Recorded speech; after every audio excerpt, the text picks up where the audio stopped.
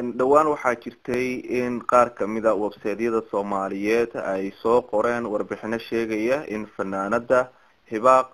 abwaanadana ah in caruurteeda ay la wareegeen dawladda Britain qaar ahaan qaybta socialka marka arintaasi si wax badan dadku ay ugu ogaadaan waxyaabaha ka jira iyo xaqiiqda dhabta ah ayaa qadka telefoonka waxaan kula xiriirnay abwaanad Hibaaq oo iminka qadka si toos ugu jirta. Hibaaq ma maqashaa? bal waxaad faahfaahin naga siisaa qaar kamida website-yada ayaa waxa ay qoreen in caruurtii lagala wareegay marka arintaas maxaa ka saxa maxaa ka been ah? walaal aad iyo aad u mahadsan tahay maxamed. horta waxa weeye wasaayada qaarkood inta badan sida la socono waxa weeye inta shilmaad aruuris iyo intaas waxa ku helo qofka dabcan markuu oo maaragtay waa dareemi kartaa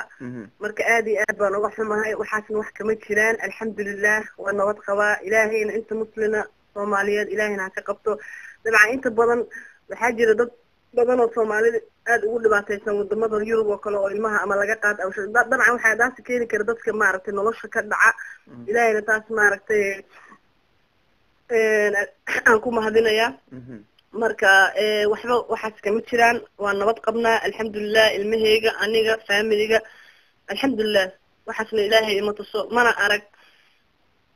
si fiican marka bal waxa keenay arintaasi in website-yada qaarkood ay soo qoreen maxay kula tahay?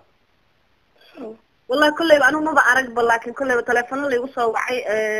maaragtay wasaayadaas kullayba maaragtay wasaayada ugu beenta badan waa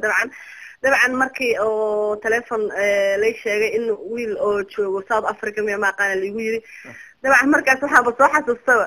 South Africa isma ora Soomaali waa sidii hore ku soo noqon marka Soomaali inta badan markii yacni ama aad ka shaqeynayso wanaagooda ama ma jecel dadka wanaaga ka shaqeeya ama maaragtay dhibaatada dabcan waad aragtaa hadda wariyaal oo maaragtay aad noogu culculus baa hadda magaalada Xamar ugu jira Allah u naxariisto marka aad iyo aad dhawaan Xamar baan ka soo noqday saa la socoto marka waxa waaye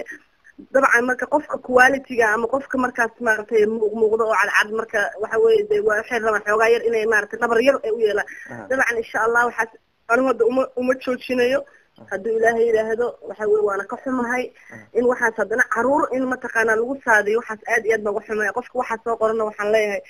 ilaahay ha soo hanuuniyo wax kolleyba toole waxa weeye waa ka xumahay inuu shilimaad yar yar uu ku raadsado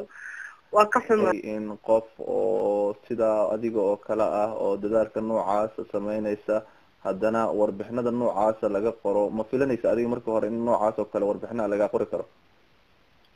kullayba toor waxyaabo badan baa filanaysaa dabcan qofka hadduusan cadow lahayn dee qof booba ma ahanba waa waxa weeye marka hore markaan hawshan aan bilaabay waxyaabo badan baan filanayay oo waxaan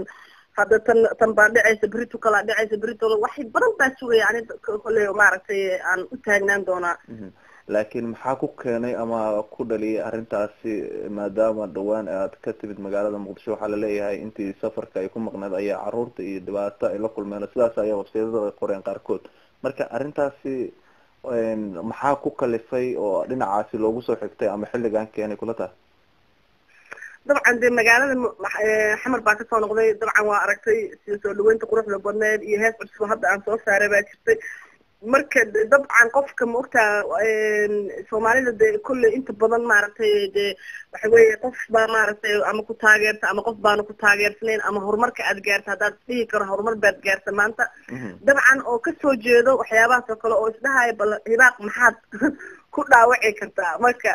waxa weeye wiilka walaalkeeya ama qofka website-ka soo qoray waxa weeye dad aniga maba u arkaba website because waxa weeye wasaayada iska been abuur oo maaragtay badanaana gabdhaha Soomaaliyeed oo inta badan oo la ii sheegay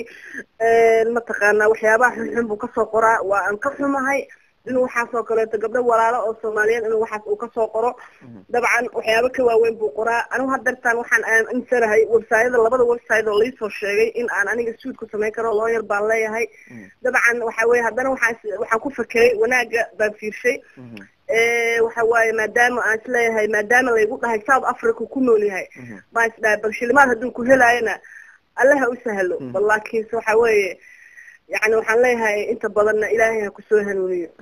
aad iyo aad adiga mahadsan tahay baaq. waxaan filayaa dad badan oo ka arkay warbixinadaasi